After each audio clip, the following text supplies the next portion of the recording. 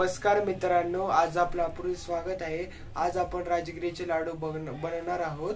श्रावण चालू झालेला आहे आणि पुढे नवरात्र पण चालू होणार आहे। हे राजगिरीचे लाडू हर उपवासाला चालतात, म्हणून आपण हा राजगिरीचे लाडू बनवणार आहोत। पण जर तुम्ही आपलं रेसिपी चॅनल सबस्क्राइब करा आणि व्हिडिओ लाईक करा। चल तर आपण रेसिपीला सुरुवात करूया। आज आपण बघणार आहे राजगिराचे लाडू कसे तयार करायचे ते। तर हा मी राजगिरा घेतलेला आहे। तर ह्या आपल्याला हा म्हणजे दाण्याच्या स्वरूपात आहे, पण आपल्याला ह्याच्या लाह्या बनवून घ्यायच्यात। त्यासाठी मी तुम्हाला दाखवणार आहे की कशा बनवायच्या आहेत त्या लाह्या त्या। हे बघा, आता ही कढई अशी घ्यायची आणि ही कढई अशी गरम करायची एकदम हाय हीटवर, आणि मग त्याच्यामध्ये आपल्याला ह्या थोड्या थोड्या लाह्या टाकून फोडून घ्यायच्यात।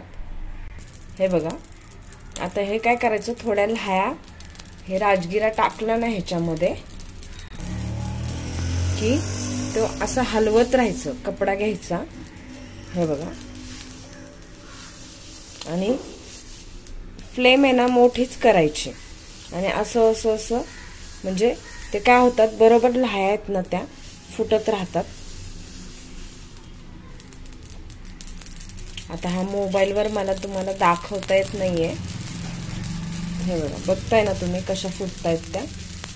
पण ते काय करायचं, कपड्याने असं हलवत राहायचं, नाहीतर मग काय होतात, त्या जळतात।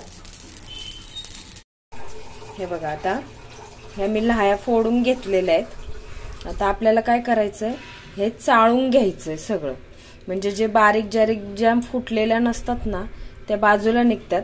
कारण नाहीतर मग ते तसेच लाडू बांधले ना तर मग आपण नाही का म्हणतो लाडवामध्ये कचकच येते। तर ते न फुटलेल्या लाह्या ज्या असतात ना राजगिरा, तो असतो हा। हे बघा, आता हे चाळणीत घेतलेलं आहे मी।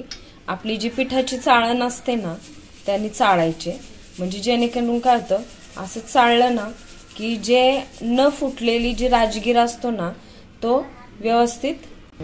हे बघा, हे जे आता हा जो आहे ना दिसतोय ना तुम्हाला बारीक बारीक, हा न फुटलेला राजगिरा आहे।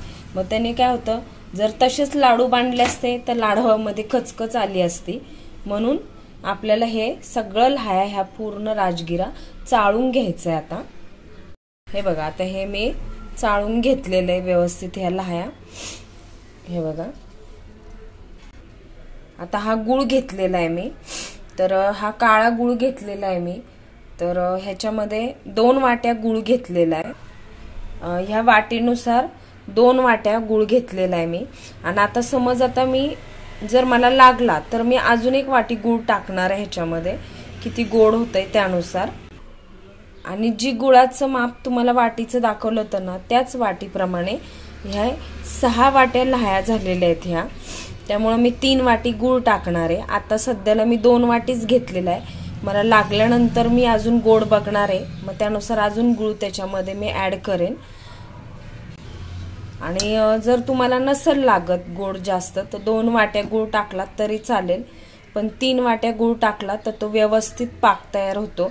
आणि ह्या लाह्या आहेत, ह्या लाह्या पण व्यवस्थित त्याच्यामध्ये मिक्स होतात। हे बघा, आता हे तूप आहे, साजूक तूप आहे। तर आपला जो हा पोह्याचा चमचा आहे ना, ह्या चमच्यानुसार मी 4 चमचे त्या गुळाच्या पाकामध्ये हे तूप पण टाकणार आहे। म्हणजे गुळ आणि तूप हे एकत्र झालं की मग ते लाडू जेव्हा आपण वळतो किंवा जेव्हा त्या लाह्या त्याच्यामध्ये मिक्स करतो ना तेव्हा त्या पटकन होतात, आणि खायला पण तुपामुळे खूप छान लागतात हे लाडू। हे बघा, आता हे तूप मी कढई ठेवलेली आहे गॅसवर, तूप टाकलेलं आहे त्याच्यामध्ये। आता हे तूप वितळलं की मग त्याच्यामध्ये आपल्याला गुळ मिक्स करायचा आहे, आणि पूर्ण गुळ वितळवून घ्यायचा आहे आपल्याला त्याच्यामध्ये। हे बघा, आता हा गुळ मी ह्याच्यामध्ये मिक्स केलेला आहे। हे बघा, आता हा मी गुळ आणि मिक्स केलेला आहे त्याच्यामध्ये। आणि आता छानपैकी आपल्याला काय करायचं, तो वितळून घ्यायचा आहे। कारण तुपात जेव्हा आपण गुळ टाकतो ना तेव्हा तो गुळ जरा जड असतो, जेव्हा आपण तो बारीक गॅसवर जेव्हा हे करतो ना, मिक्स करतो ना, तेव्हा तो हलका होत जातो।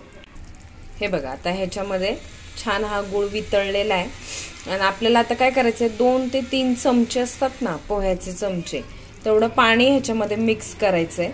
म्हणजे काय होतं, चिटकत नाही गूळ, व्यवस्थित होतो त्याचा पाक तयार ह्याचा. तर पाणी टाकायचं आणि परत थोडा वेळ जरा मिक्स करून घ्यायचं आणि मग आपल्याला ह्याच्यामध्ये लाह्या मिक्स करायच्यात. हे बघा, आता ह्या मी लाह्या मिक्स केलेल्या आहेत आणि पूर्ण गूळ आणि हे एकजीव करायचं लाह्यांमध्ये. मग आपल्याला हे याचे लाडू वळून घ्यायचे.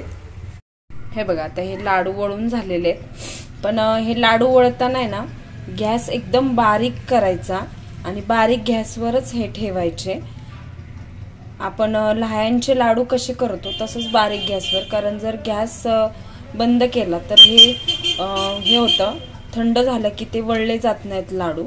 आणि लाडू वळताना असं पाण्याचा हात लावून घ्यायचा आणि हाताला पाणी असं लावून घ्यायचं आणि मगच हे लाडू वळायचे, नाही तर चटके बसतात हाताला.